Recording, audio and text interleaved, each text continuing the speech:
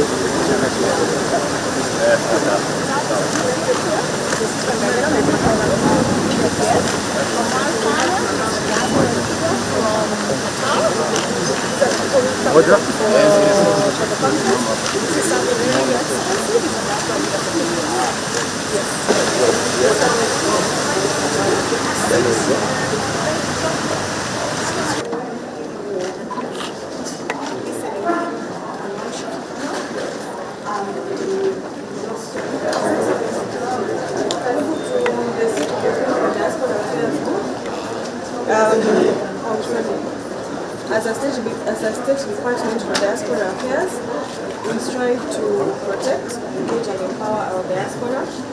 We always strive to make them feel at home even away from home.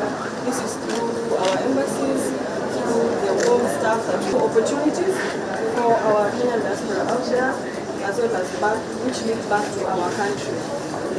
So we are Thank you.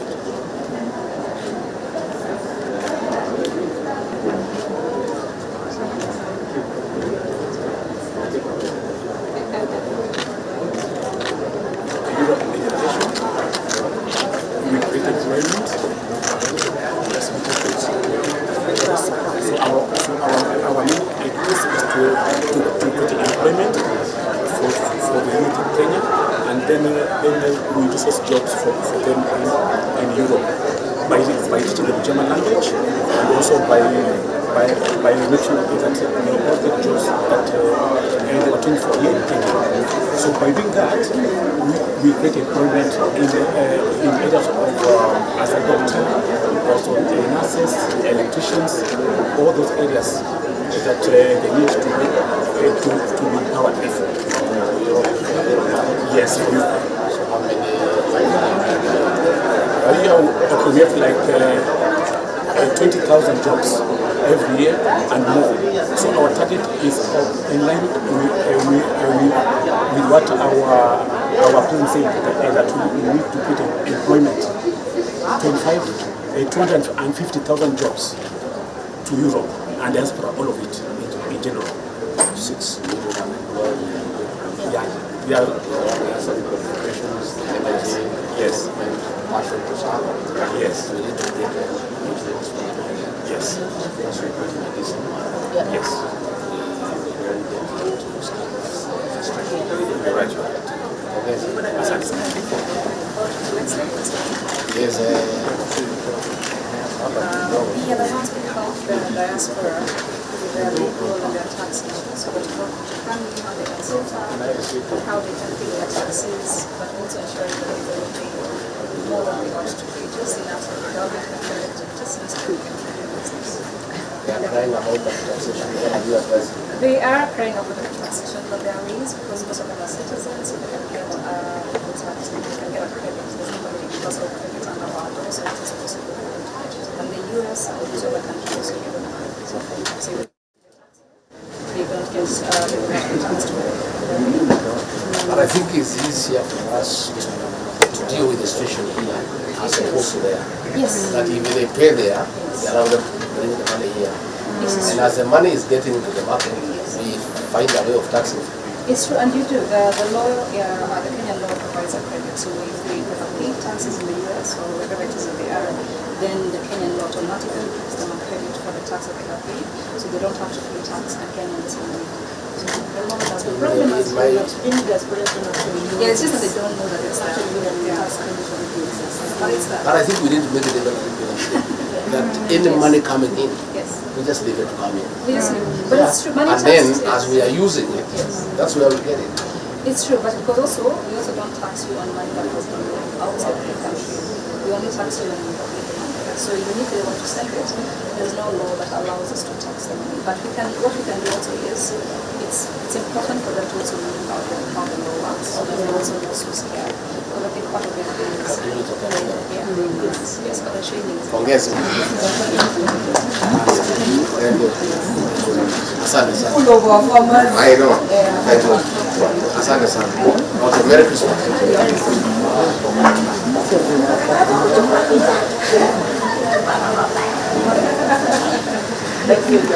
Somebody akuja kuta nyuma. Thank you very much. Very fine, thank you. Yes. Welcome very much, Honorable Your Excellency. So PCB is actually supporting, we have over 30,000 of our diaspora customers across the world. And as we mark 127 years of existence, we are actually supporting them fully in partnership with the Ministry of Foreign Affairs, together with the able assistance of the PS for diaspora affairs. So we wish to assure you of our total support and our total assistance, including supporting of all the Ministry of Foreign Affairs events that will be there worldwide. So you can count on our support, and thank you so much for your support. Thank you very much. Asante sana. Exactly. Yes. That's where the future is. Exactly. Because we know the legacies for the diaspora. Yes. Very just comparison of so it's really worth focusing. Yes. Even for yourself from a business perspective. Exactly. That's where the real customers are. So also reach out and try to get as many customers. Ladies and gentlemen, His Excellency, the Deputy President of the Republic of Kenya. Welcome, Your Excellency.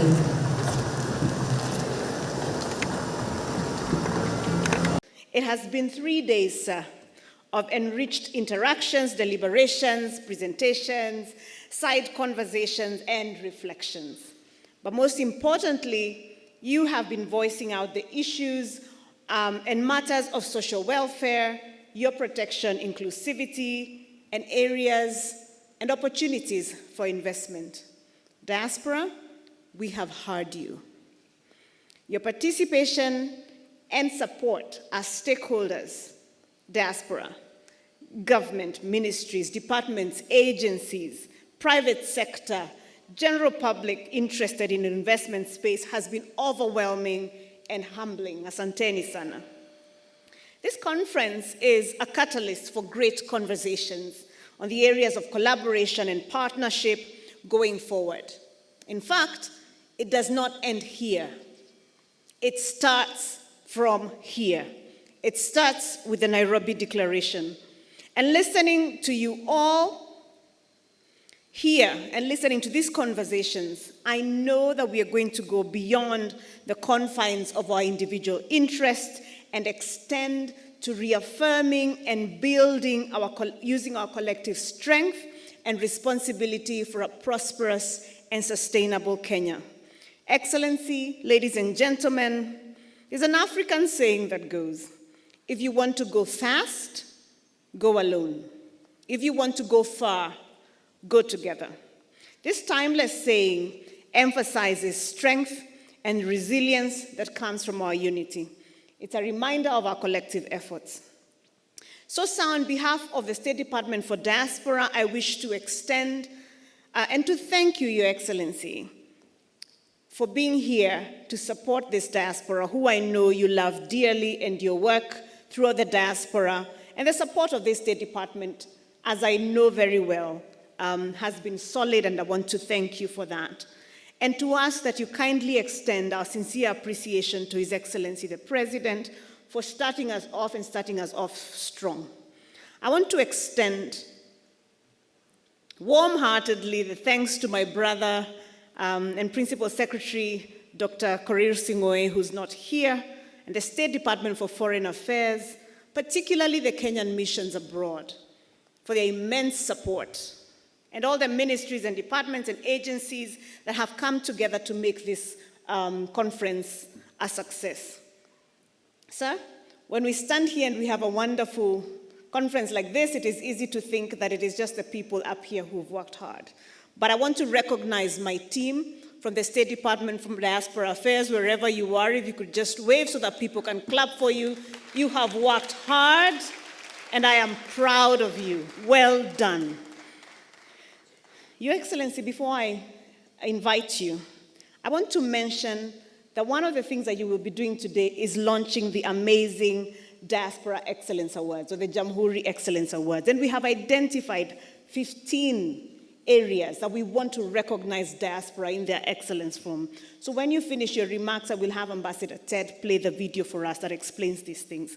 But in conclusion, Your Excellency and distinguished delegates, I want to end the way I began. I asked diaspora to do 4 things as I called for your collaboration and your partnership. And I know after these 3 days of conversations, I know that you are ready to invest back home. We are already experiencing the knowledge, skills, and technology transfer that I asked from you. We are now clear, more than ever, on how you are going to support the government in opening up trade routes for Kenyan goods and services in your host country. And finally, I want to thank you for your commitment in finding job opportunities for Kenyans in the countries that you live. Administration emphasizes economic diplomacy. That is why contracts of ambassadors and heads of mission are now pegged on economic gain we make from their posting. We have deliberately decided to have a paradigm shift from the traditional diplomacy to commercial diplomacy. And ambassadors and high commissioners will spend 70% of their time looking for business, looking for markets, expanding existing ones, and in a very robust manner, engaging the diaspora community in the areas and the countries that they serve. That is why we'll also determine their suitability to continue being our representatives pegged on measurable performance. Our President, His Excellency Dr. William Ruto, has held a meeting with the new ambassadors. On Tuesday morning, I'll have a further engagement with them, again, to stress the importance of giving priority to commercial diplomacy and working very closely with our diaspora community abroad. This tells you how resolute we are in ensuring efficiency and effectiveness of our embassies and missions for a stronger, better, and productive diaspora community. We ask you to work closely with them in marketing Brand Kenya. The ripple effect of all this will be enhanced foreign currency reserves, creation of more jobs, among others, for a stronger and resilient economy. In the same breath, we urge you to be our country's ambassadors while abroad. Ladies and gentlemen, I wish to thank the Ministry of Foreign and Diaspora Affairs, and specifically the State Department of Diaspora Affairs, led by the very effective Principal Secretary Rusi Njogu, for this insightful conference. Besides, your work has been very outstanding. I congratulate you for participating in this dialogue. Asanteni sana. I want to assure you of the commitment of our administration under President William Ruto and I assisting him to make you part of our administration, to walk the journey together with us for the third liberation of this country, the economic liberation, for our transformative agenda, the bottom-up economic transformative agenda. We want you people to be part of that conversation. And the president is very clear. Even as he's president, he doesn't know everything. We have a lot to learn. You guys know quite a bit than we do. Because mmekaa na hii wazungu mmechanuka zaidi. So pia mtuchanue. The president says a good idea should give room to a better idea. and a better idea ultimately must and should give room to the best idea.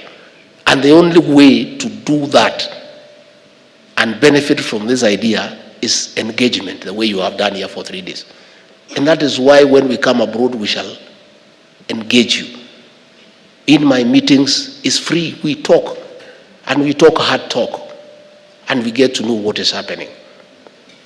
And even I've come to some countries, I have listened to some few things, I've come back and reported to the boss, and we have made some changes.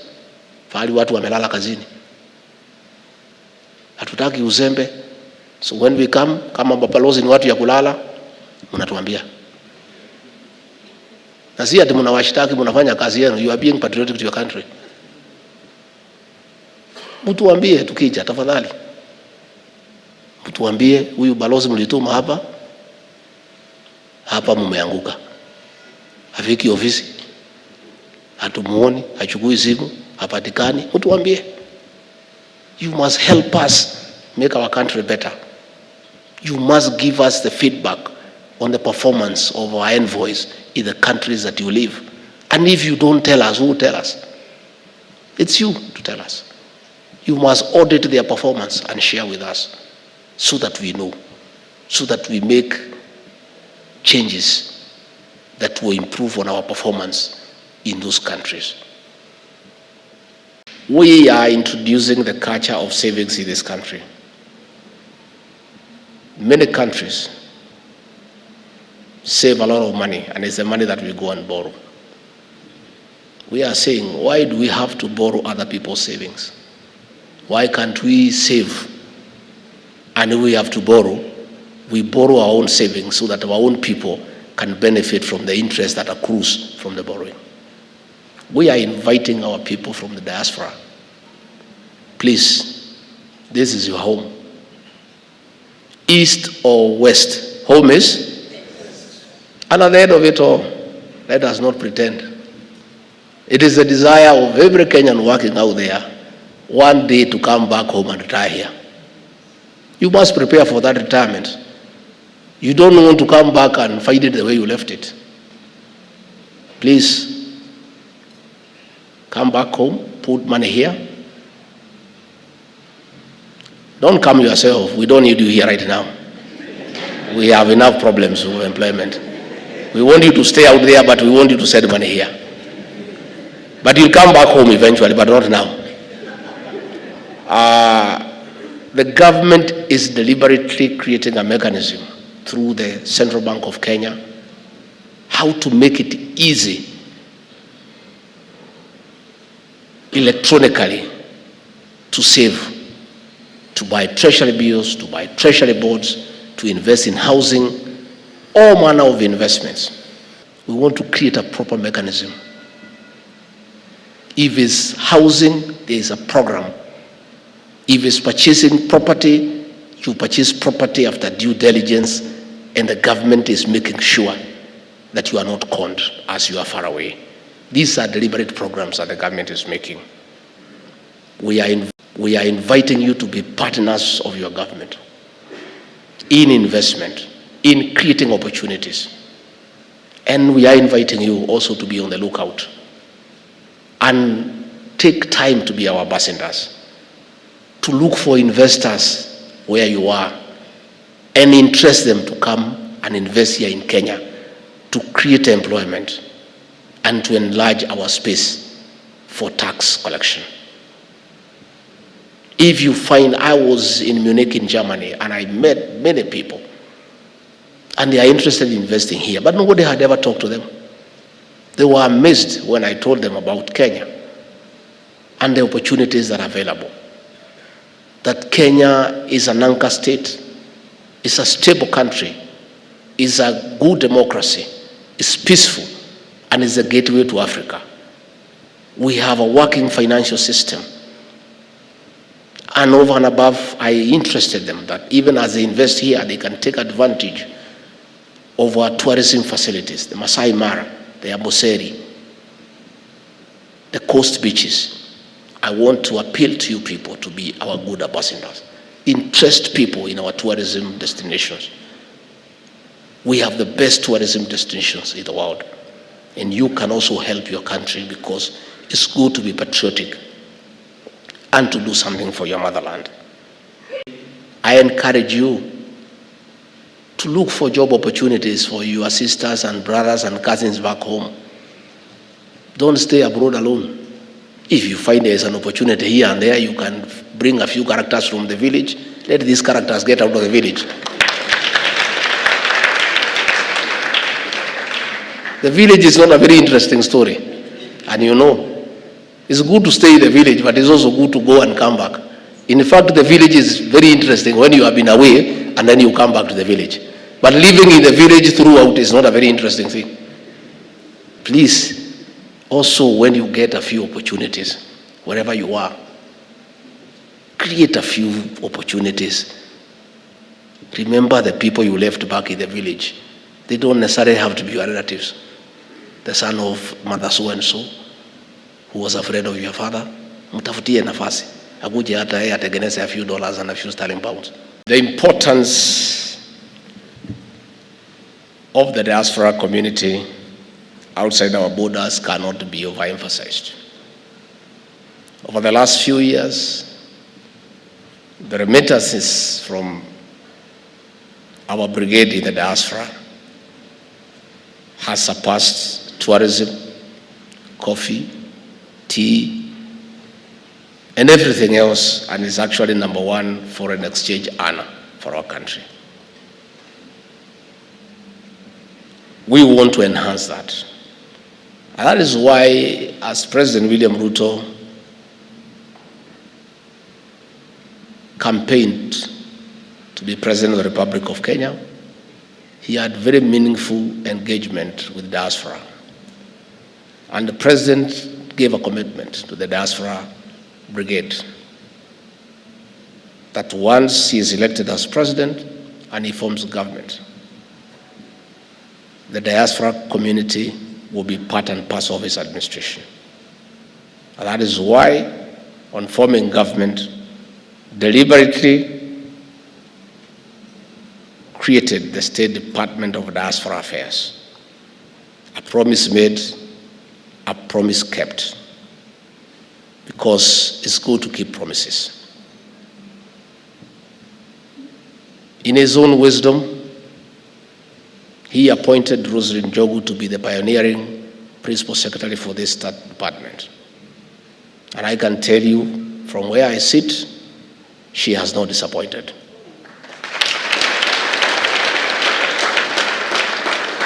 As principal assistant to the president, and as the one who chairs cabinet committees and oversees the implementation of cabinet decisions, if there is one appointment in his administration that the president got it right, spot on, is one of PS Rosalyn Jogu.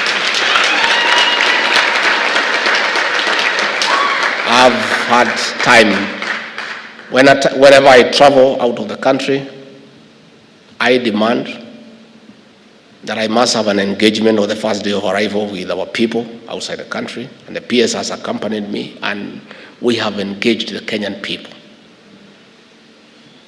And this PS, I'm not saying so because she's here. She knows what she's doing. She knows what needs to be done. And President and I will give her full support to succeed.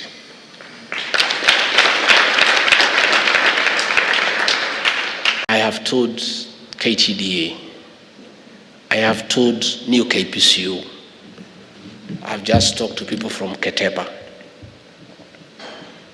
Our coffee is the best in the world. Our tea is the best in the world.